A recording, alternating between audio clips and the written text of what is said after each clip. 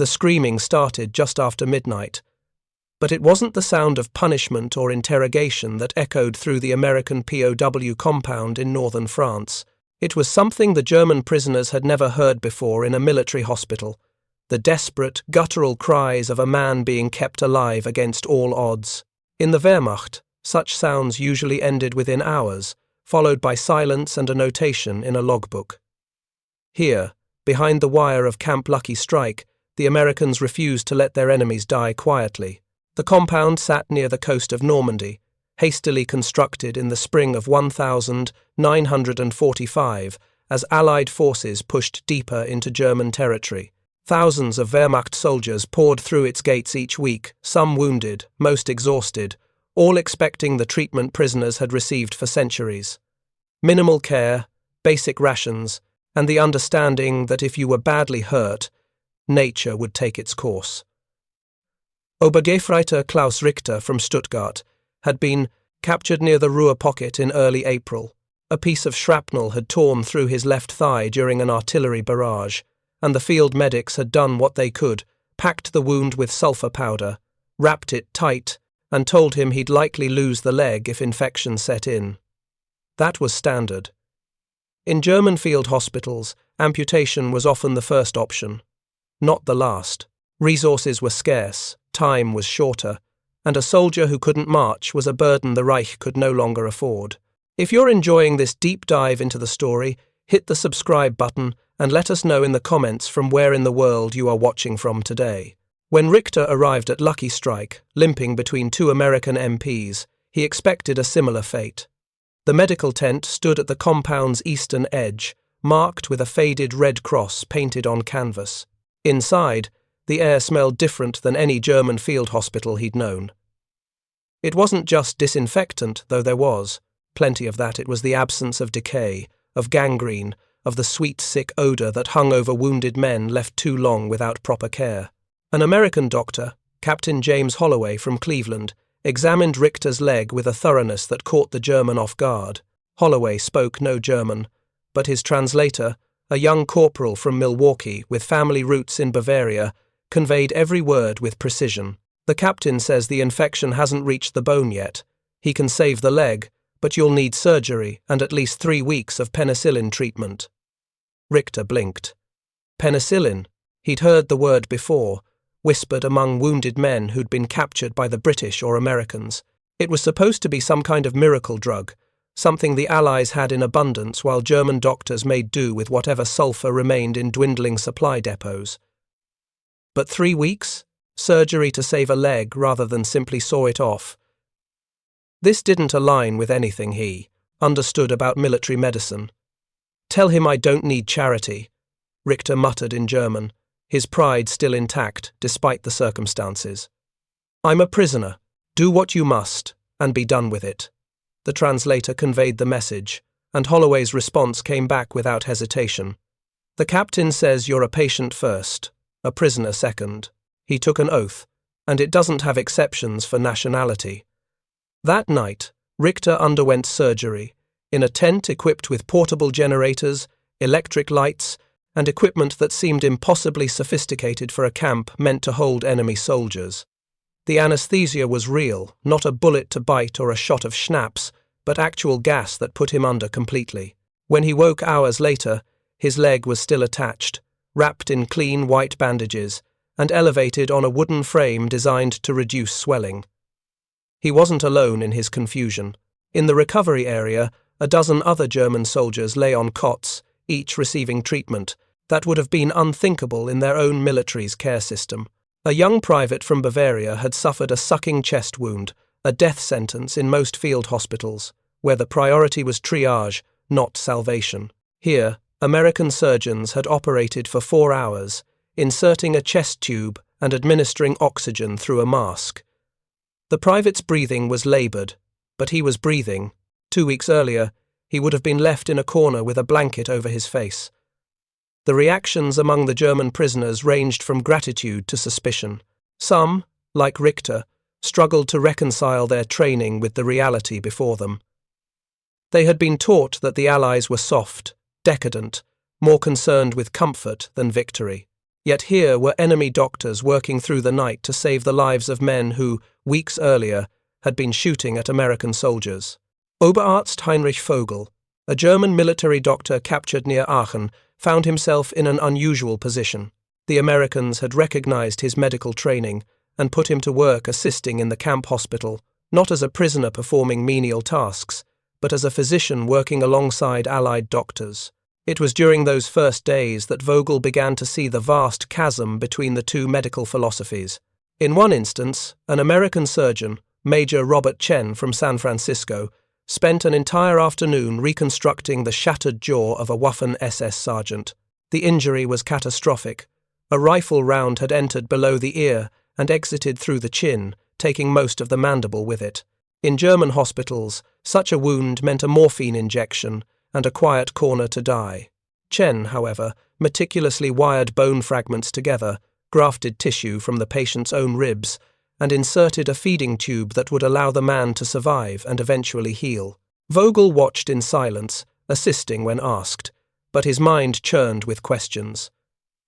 Why would they invest such resources in an enemy combatant? Why not simply let nature and military pragmatism take its course? When he finally asked Chen during a break, the Major's answer was straightforward. Because we can. And because if we don't, we're no different than the people we're fighting against. The comment stung, but Vogel couldn't dismiss it. He had spent 3 years working in Wehrmacht field hospitals, and he knew the truth of what Chen implied. German military medicine had become a brutal calculus.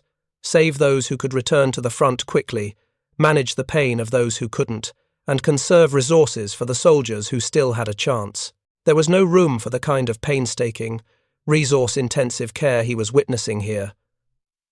Word of the American medical efforts spread through the compound like a slow-burning fuse. At first, many German prisoners dismissed the stories as exaggerations or propaganda.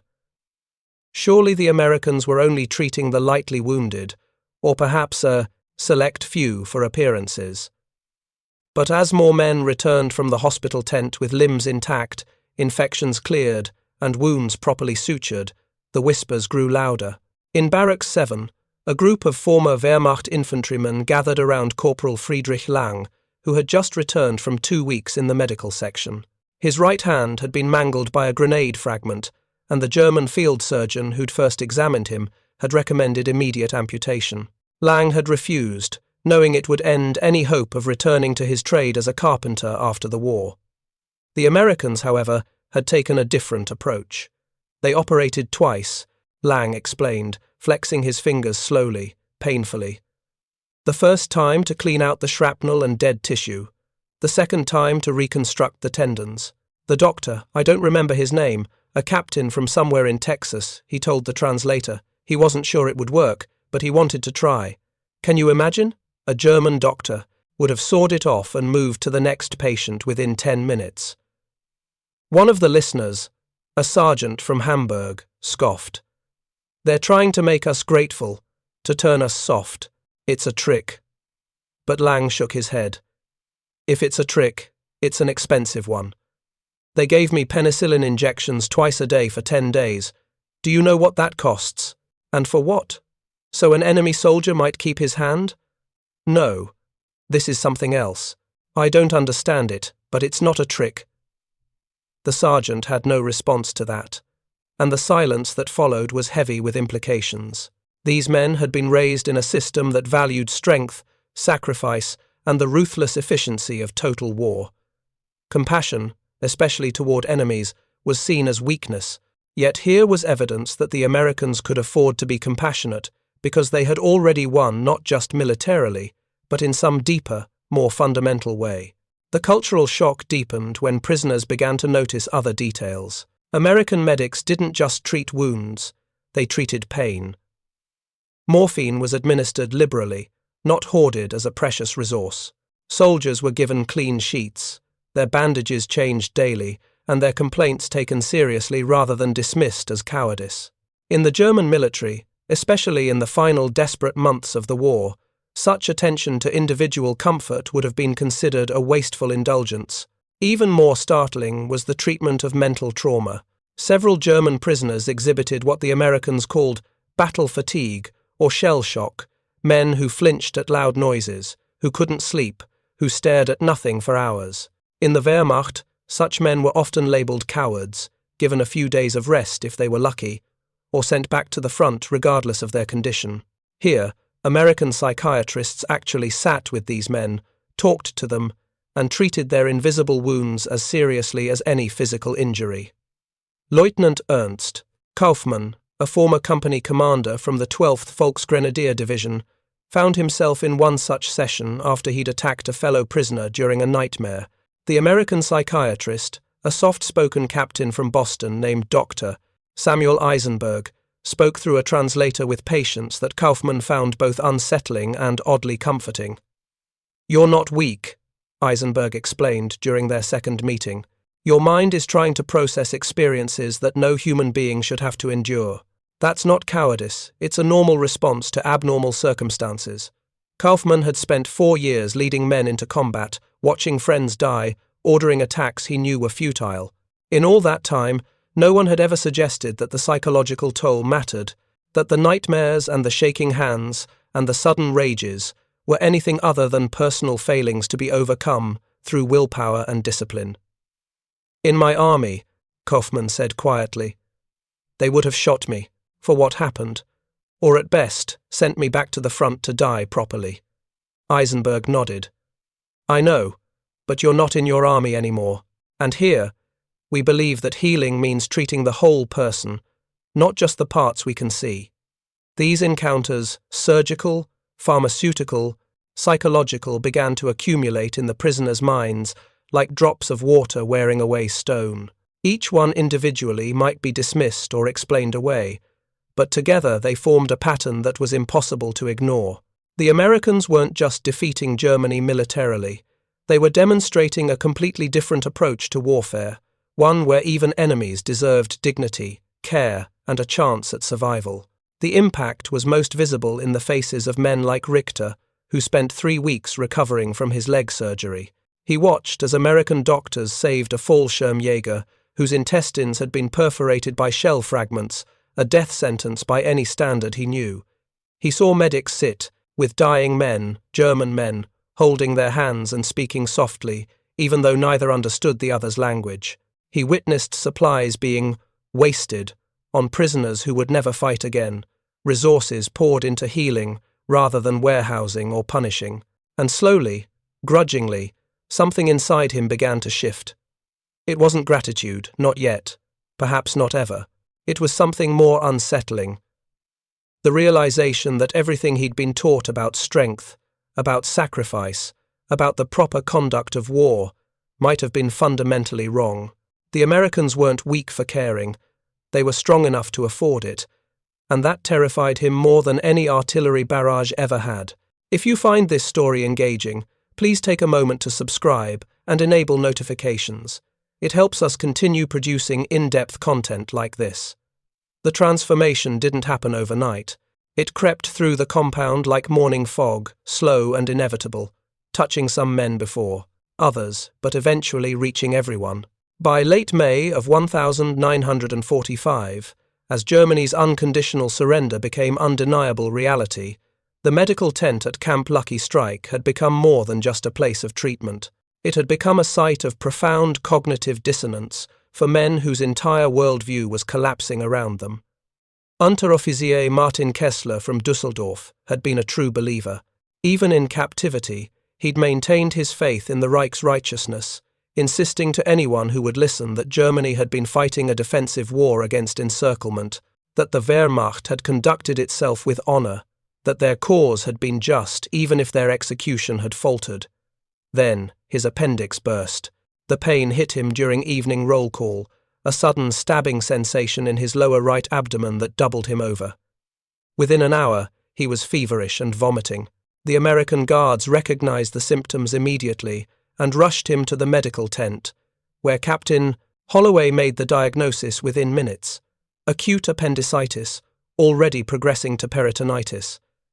Without immediate surgery, Kessler would be dead by morning.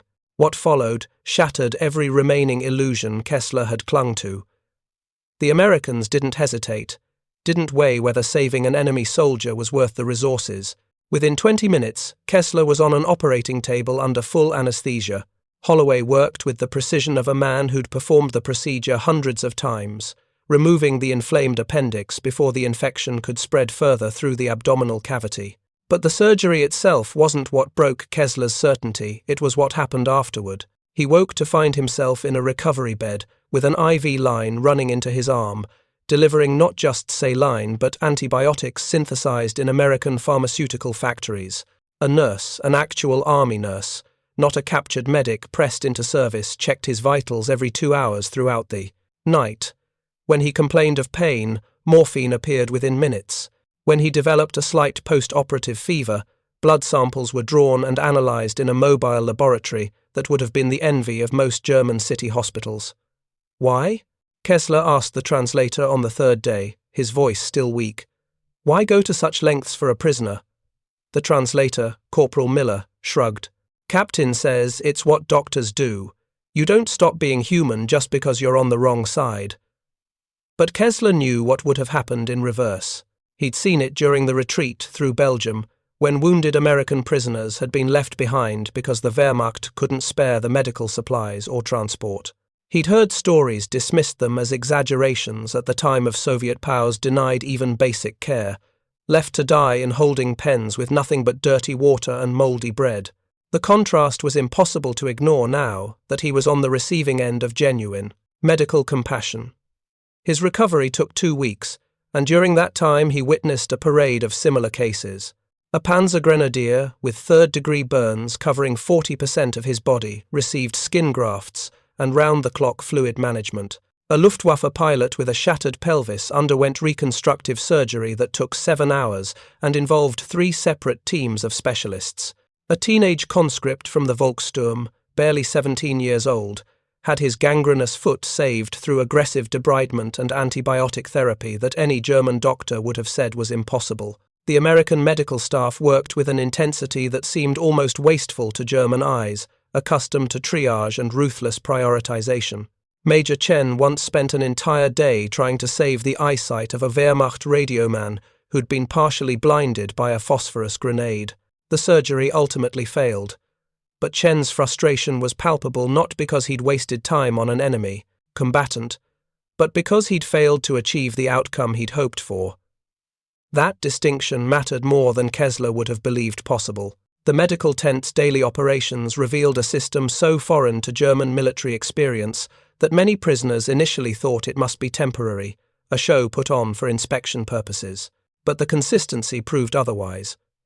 Each morning began with rounds, actual medical rounds, where doctors examined every patient, reviewed charts, adjusted treatments.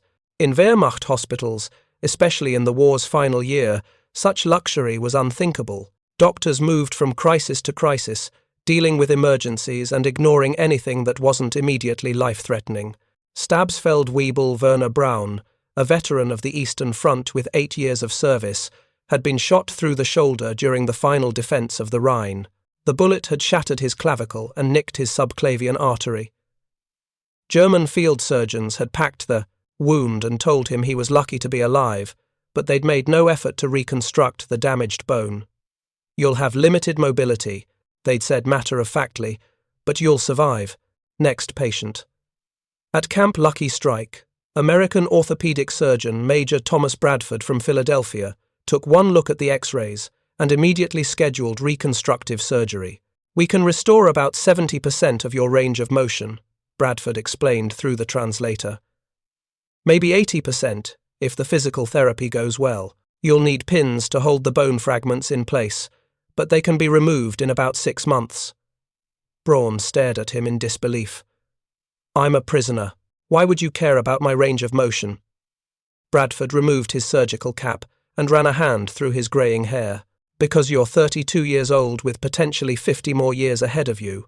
What kind of life will you have if you can't lift your arm above your waist? I don't care what uniform you wore, I care about sending you home functional." The surgery took 4 hours. Bradford used steel pins manufactured in Pittsburgh, antibiotics shipped from New Jersey, and techniques he'd learned during a fellowship at Johns Hopkins before the war. When Braun woke up, his shoulder was immobilized in a complex brace designed to hold everything in proper alignment while the bone healed. The physical therapy began 3 days later, gentle exercises supervised by a specialist who trained at Walter Reed Army Medical Center. In my army, Braun told his physical therapist during their 5th session, they would have given me a medical discharge and sent me home with a pension, if I was lucky. More likely, they would have kept me in service doing paperwork until the war ended. No one would have thought about whether I could work again, raise children, live normally. The therapist, a sergeant from Minnesota named Anderson, nodded as he guided Braun through a rotation exercise. That's the difference between treating soldiers as equipment and treating them as people. Equipment gets written off when it breaks. People deserve to be fixed properly. These philosophical conversations happened constantly throughout the medical facility, creating ripples that spread far beyond the immediate patients.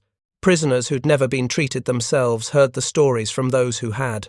The accounts accumulated, each one adding weight to a growing realization that something fundamental had been different about the two sides' approaches to warfare.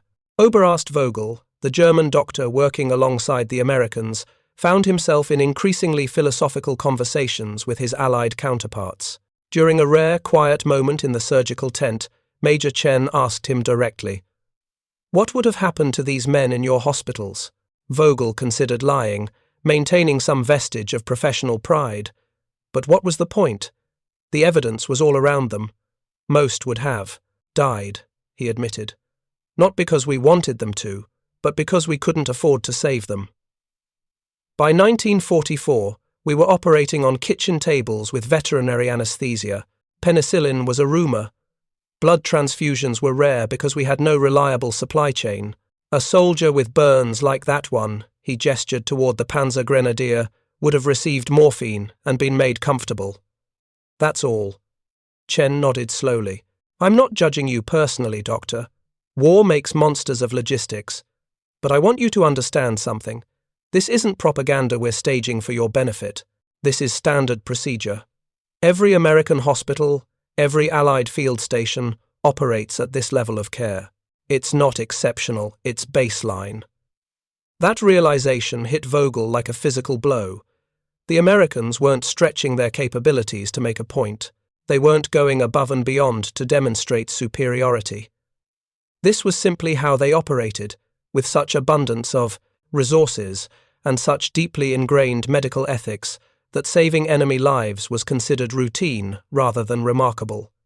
The depth of this systemic difference became clearer as Vogel worked alongside the Americans for weeks. He noticed that medical supplies arrived with predictable regularity, trucks rolling in every Tuesday and Friday with crates of antibiotics, plasma, surgical equipment, and even comfort items like clean linens and soap. In German military hospitals, supply deliveries had been irregular at best, often interrupted by Allied bombing or diverted to prioritize combat units over medical facilities. One afternoon, Vogel watched as American medics unpacked a shipment that included portable X-ray machines, oxygen tanks, and several cases of whole blood for transfusions. "Where does all this come from?" he asked Major Chen in halting English he'd been practicing. "The blood comes from volunteer donors back home," Chen explained. "Churches, community centers, workplace, drives people line up to donate. The equipment comes from factories in Detroit, Chicago, Los Angeles. We have an entire industrial infrastructure dedicated to keeping medical supply chains running. It's not magic, Doctor. It's organization and resources applied systematically." Vogel thought about the German blood donation system, which by 1944 had devolved into coercive measures and inadequate testing. He thought about factories that had been repurposed for weapons production, leaving medical supply manufacturing as an afterthought. The comparison was devastating in its implications. The psychological impact rippled outward from the medical tent into the broader prisoner population. Men who'd been treated returned to their barracks with stories that grew more elaborate with each retelling, though the core truth remained consistent. The Americans were saving lives that German military doctrine considered expendable. This created fractures within the prisoner community that went deeper than rank or unit affiliation. In Barracks 12, a heated argument erupted between those who saw the medical care as proof of American moral superiority and those who interpreted it as a subtle form of humiliation. Hauptfeldwebel Otto Brecht, a career NCO with 20 years of service, led the latter faction. "They're trying to shame us," Brecht insisted during one particularly intense discussion. "They save our lives and then expect us to be grateful, to forget that we're prisoners, to accept that their way is better than ours. It's psychological warfare, nothing more." But Corporal Lang, the carpenter who'd kept his hand, shot back. "Then let them wage it.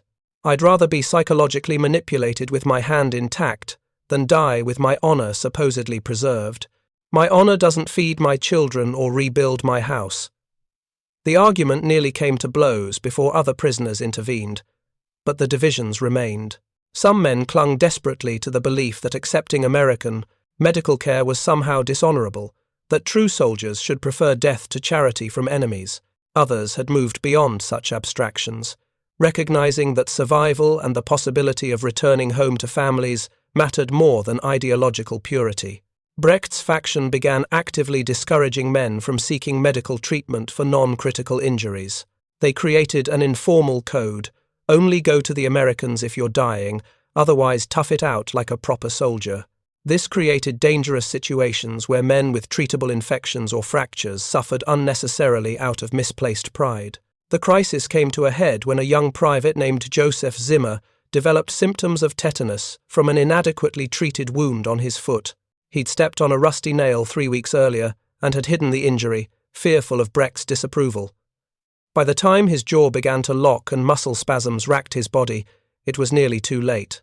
American medics rushed him to the medical tent where Captain Holloway administered tetanus antitoxin and muscle relaxants, then kept him under sedation for 4 days while the disease ran its course. Zimmer survived, but barely. When he was well enough to talk, he told Corporal Miller about the pressure from Brecht's group to avoid American medical care. Miller brought the issue to the camp commander, who immediately called a formation of all German prisoners. Through translators, he delivered a blunt message: "I don't care about your politics or your pride.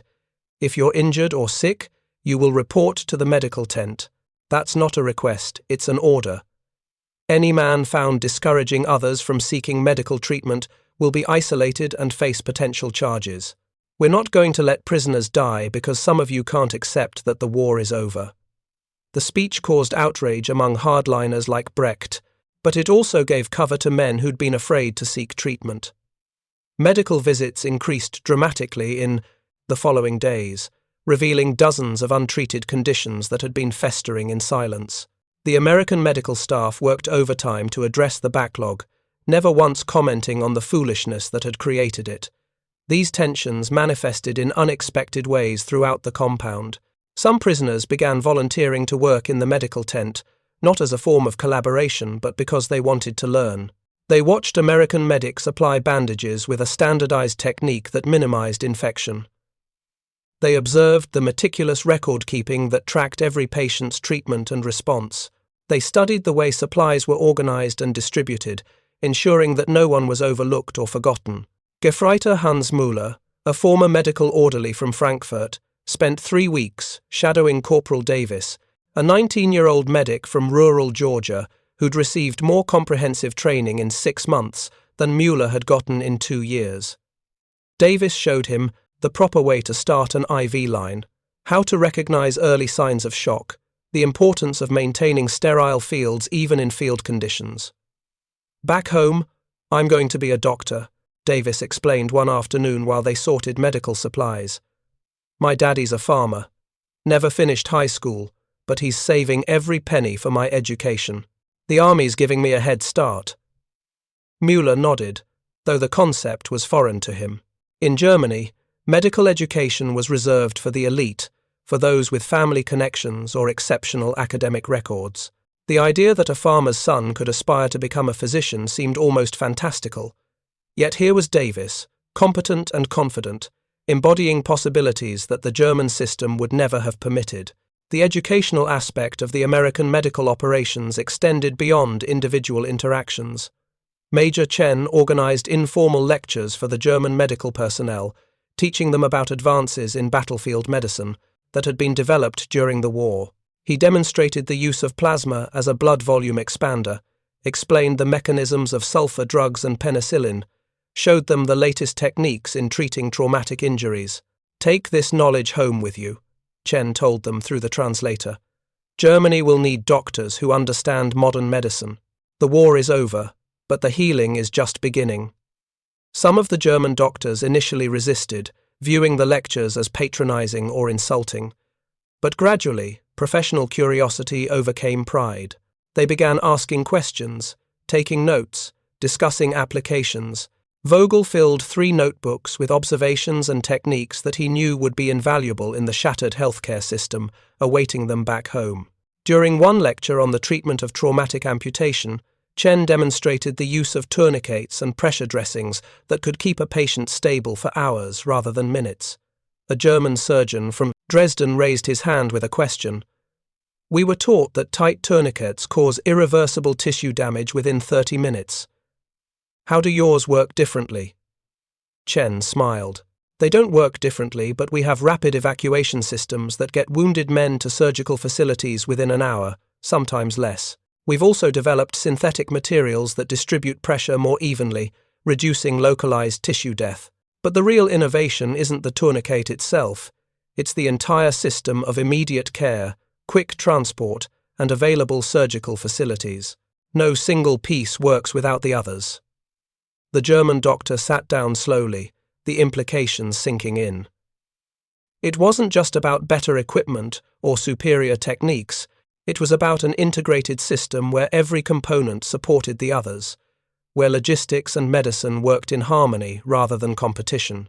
The Wehrmacht had never achieved anything close to that level of coordination. Another lecture, focused on psychiatric care, with Dr. Eisenberg explaining the American military's evolving understanding of combat trauma. He described the symptoms of what they were starting to call combat exhaustion, the nightmares, the hypervigilance, the emotional numbing, the inability to concentrate. He outlined treatment approaches that combined rest, supportive therapy, and gradual reintegration. "We used to think these men were cowards," Eisenberg admitted. "We called it shell shock and treated it as a character flaw. But we've learned that it's an injury just as real as a bullet wound, caused by overwhelming psychological stress. The human mind wasn't designed to process the intensity of modern warfare. When it breaks down under that pressure, it's not weakness, it's a predictable response to impossible conditions." The German medical personnel listened in silence. Several, including Vogel, had witnessed summary executions of soldiers accused of cowardice or desertion. The idea that such men might have been suffering from treatable medical conditions rather than moral failings was profoundly disturbing. How many had been shot who could have been helped? Lieutenant Kaufmann, still meeting regularly with Dr. Eisenberg for his combat trauma, experienced this cognitive dissonance most acutely. During one session, he finally voiced the question that had been haunting him. "How can you afford to be so soft? You're at war. Every resource you spend on us is a resource not spent on your own men." Eisenberg smiled sadly. "That's where you're wrong, Lieutenant. Taking care of you doesn't mean we're not taking care of our own. We produce enough medical supplies for everyone.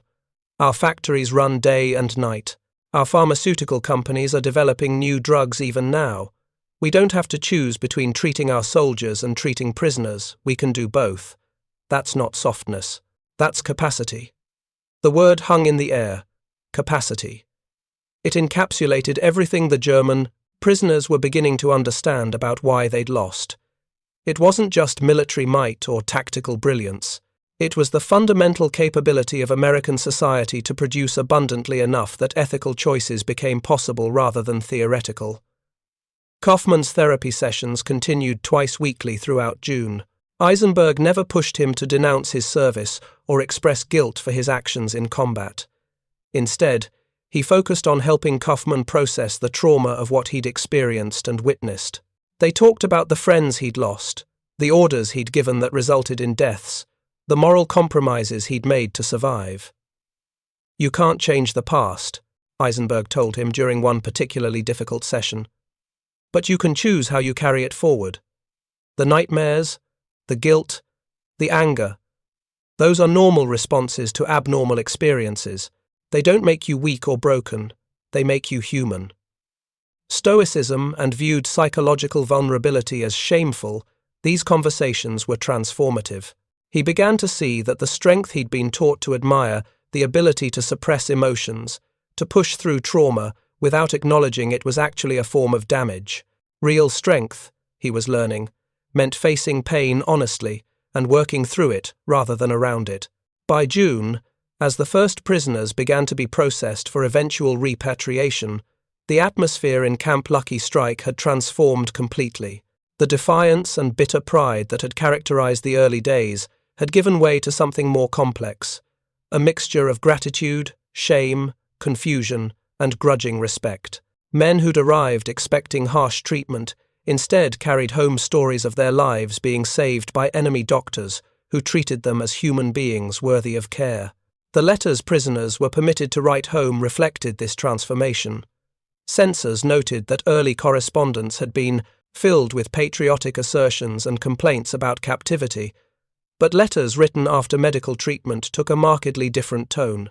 Men wrote to their families about American doctors who'd saved their limbs, nurses who'd sat with them through feverish nights, medical techniques that seemed like miracles compared to what they'd known. One letter, from Obergefreiter Richter to his wife in Stuttgart, was particularly striking. "I came here prepared to die as a soldier. Instead, they made me live as a human being. I don't know what to make of this. The enemy I was taught to hate has shown me more kindness than my own commanders did in 4 years of service. When I return home, I will have my leg because an American doctor refused to accept that losing it was inevitable. How do I reconcile this with everything I believed?" Such letters were read by military censors, filed in reports, and eventually contributed to Allied understanding of how to approach post-war reconstruction. The prisoners of Camp Lucky Strike and similar facilities weren't just defeated soldiers, they were witnesses to an alternative way of conducting warfare, of organizing society, of valuing human life. When they returned to Germany, they would carry those memories into a shattered nation desperately in need of new perspectives. Not all letters were introspective or grateful. Some prisoners wrote with bitterness, complaining that the medical care felt like an insult, a way of demonstrating German inferiority. "They want us to feel small," one sergeant wrote to his brother. "They save our lives, so we'll owe them, so we'll go home telling everyone how wonderful the Americans are." It's manipulation dressed up as mercy. But even these cynical interpretations couldn't fully explain what the prisoners had witnessed. If it was manipulation, it was remarkably thorough and expensive. If it was meant to demonstrate superiority, it succeeded not through cruelty but through competence. The propaganda, value was real, certainly, but it was built on a foundation of genuine medical excellence that couldn't be faked. The final irony came in early July, when a Red Cross inspection team arrived to evaluate conditions at Camp Lucky Strike. The inspectors had expected to find the usual concerns of POW facilities: overcrowding, inadequate food, minimal medical care. Instead, they discovered German prisoners receiving treatment that exceeded the standards of many civilian hospitals in war-torn Europe. Their report noted with some surprise that several prisoners had specifically requested to remain in the camp longer to complete their medical treatment rather than be repatriated early. Captain Holloway met with the inspection team and explained his philosophy simply. "These men were our enemies. Some of them probably killed American soldiers, but they're also patients, and I'm a doctor. I took an oath to do no harm and to heal when possible. That oath doesn't have a nationality clause." For the German prisoners listening to this explanation through translators, it was perhaps the most radical statement they'd ever heard. In their military culture, duty was always conditional, always tied to loyalty, nationality, and ideology. The idea that a professional obligation could transcend such boundaries, that a doctor's oath to heal could apply even to enemies who'd been trying to kill you weeks earlier, represented a philosophical position that most had never encountered. The Red Cross inspectors interviewed dozens of prisoners during their 3-day visit. They spoke with men whose lives had been saved through complex surgeries, with those receiving ongoing treatment for chronic conditions, with the German medical personnel who'd been working alongside the Americans. The consistency of the accounts was striking. Whatever else might be said about Camp Lucky Strike, the medical care was beyond reproach. One inspector, a Swiss doctor named Werner Hoffmann, spent an afternoon observing surgeries in the medical tent. He watched Major Chen repair a hernia in a 40-year-old German corporal, a procedure that wasn't life-threatening but would significantly improve the man's quality of life. After the surgery, Hoffmann approached Chen with obvious curiosity. "In most POW camps I've inspected," Hoffmann said in accented English. "Medical care is adequate but minimal. Life-saving measures only, with little attention to long-term outcomes. Why do you go so much further?" Chen peeled off his surgical gloves and considered the question. "That man in there," he gestured toward the recovery area. "He'll go home to Germany eventually. He might have sons who are too young to have fought. What will he tell them about America? What lessons will his experience teach the next generation? If we treat him like he's disposable, we confirm everything Nazi propaganda said about us. If we treat him with dignity and skill, we plant a different seed. Maybe that seed grows into something better." Hoffmann nodded slowly. "That's a very long-term strategy for a military medical facility." "The war's almost over," Chen replied. "The peace is just beginning. We're thinking about what comes next." This forward-thinking approach manifested in other ways throughout the camp. American authorities organized educational programs where prisoners could attend lectures on democratic governance, free market economics, and civil society. Attendance was voluntary, but many prisoners participated, hungry for understanding of how the Allied nations functioned. These lectures weren't heavy-handed propaganda sessions, but genuine attempts to expose German soldiers to ideas and systems they'd been taught to despise.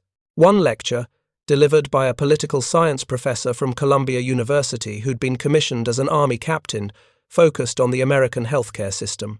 He explained how a combination of private hospitals, government programs, medical schools, and insurance mechanisms created a system that, while imperfect, provided care to hundreds of millions of people. He contrasted this with the state-controlled German system, which had been hollowed out by war and politicized by Nazi ideology.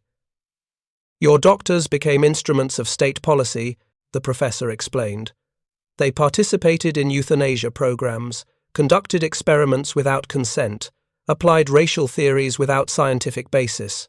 They stopped being healers and became enforcers of ideology.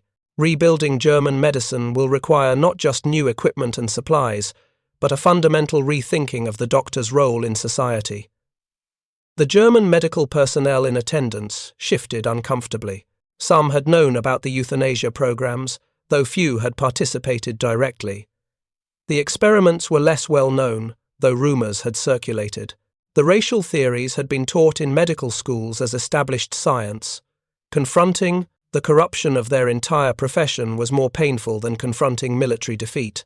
Vogel raised his hand. "How do we rebuild when we're starting from rubble? Our hospitals are destroyed, our supply chains broken, our credibility shattered. What's the first step?"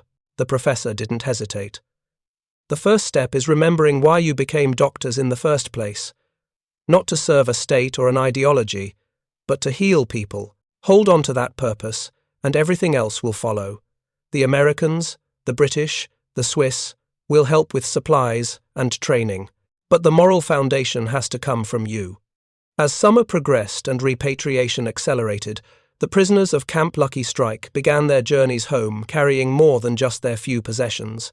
They carried memories of a different kind of warfare, one where even in victory, the victors had chosen mercy over vengeance. They carried knowledge of medical techniques that would help rebuild German healthcare. They carried stories that would circulate through a defeated nation, contributing to a slow, painful process of coming to terms with what Germany had become and what it might need to become instead. Richter left in mid-July, his leg fully healed, walking with only a slight limp that physical therapy had minimized. Before departing, he sought out Captain Holloway to say goodbye. Through Corporal Miller's translation, he struggled to express what the experience had meant. "I don't know if I deserve what you did for me," Richter said, his voice thick with emotion. "I fought for a regime that did terrible things. I believed things that were wrong. But you treated me like I was worth saving anyway. I'm going home to a destroyed country that needs to rebuild everything, including its soul. I'll remember this. I'll tell people what I saw here. Maybe it will matter." Holloway shook his hand firmly. "It will matter. Go home, rebuild your life, raise your children to be better than what came before. That's how wars really end, not with treaties, but with people choosing to be better." Similar scenes played out hundreds of times as prisoners departed. Some left silently, unable or unwilling to acknowledge what they'd experienced.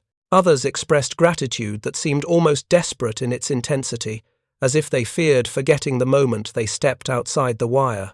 A few left angry, clinging to bitterness because it was easier than accepting how thoroughly their worldview had been dismantled. The American medical staff watched them go with mixed emotions. They'd done their jobs, saved lives, upheld their oaths, but they also knew that many of these men had fought for evil, had enabled atrocities even if they hadn't committed them directly. The moral complexity of healing those who'd harmed others was a burden that stayed with the doctors long after the last prisoner had been repatriated. Major Chen stood at the camp entrance one afternoon in August, watching a convoy of trucks carry the final group of prisoners toward processing centers and eventual transport home. Dr. Eisenberg joined him, and they stood in companionable silence for several minutes. "Do you think it made a difference?" Eisenberg asked finally. "All of this, the surgeries, the therapy, the lectures, do you think any of them really changed?" Chen was quiet for a long moment. "Some did, maybe not all, maybe not even most. But enough. Enough men saw that there's a different way to live, a different way to value human life. When they go home and rebuild, some of them will remember. They'll make different choices. Their children will grow up hearing different stories.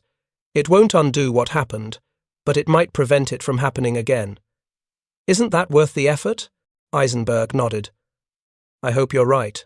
I hope we planted seeds that grow into something better." The American doctors and medics, for their part, returned to their lives with their own burdens. They'd saved lives that, perhaps didn't deserve saving, had shown compassion to men who'd fought for an evil cause. Some struggled with that moral complexity, but most, like Captain Holloway and Major Chen, held to the belief that their actions had been right not despite their enemy's conduct, but because of it. By treating German prisoners with humanity, they demonstrated something more powerful than any weapon: that civilization persists even in warfare's darkest hours, that ethical principles matter most when they're most difficult to uphold, and that sometimes the greatest victory isn't defeating an enemy, it's proving that you're better than they were, one saved life at a time. The legacy of Camp Lucky Strike's medical operations would echo through the decades that followed. Some of the German prisoners who'd been treated there went on to become doctors themselves, bringing American techniques back to a rebuilt German healthcare system. Others simply told their stories, adding their voices to a complex conversation about guilt, responsibility, and reconciliation. A few remained silent, carrying their memories privately until death. But in the immediate aftermath of their release, as they traveled across a devastated landscape toward uncertain futures, many found themselves thinking about the Americans who'd saved them, not the soldiers who'd defeated them in combat, but the doctors who'd refused to let them die afterward. That distinction between the power to destroy and the choice to heal represented a kind of strength that many had never encountered before. It was a lesson written not in books or lectures, but in scars that had been stitched closed, bones that had been set properly, and lives that had been deemed worth saving, even when everything else said they weren't. The barbed wire of Camp Lucky Strike eventually came down, the medical tents were packed away, and the facility was repurposed for other uses. But what had happened there, the intersection of military, medicine, moral philosophy, and human compassion, remained as a testament to what was possible even in the aftermath of history's most destructive war. The German prisoners had come expecting justice, perhaps vengeance.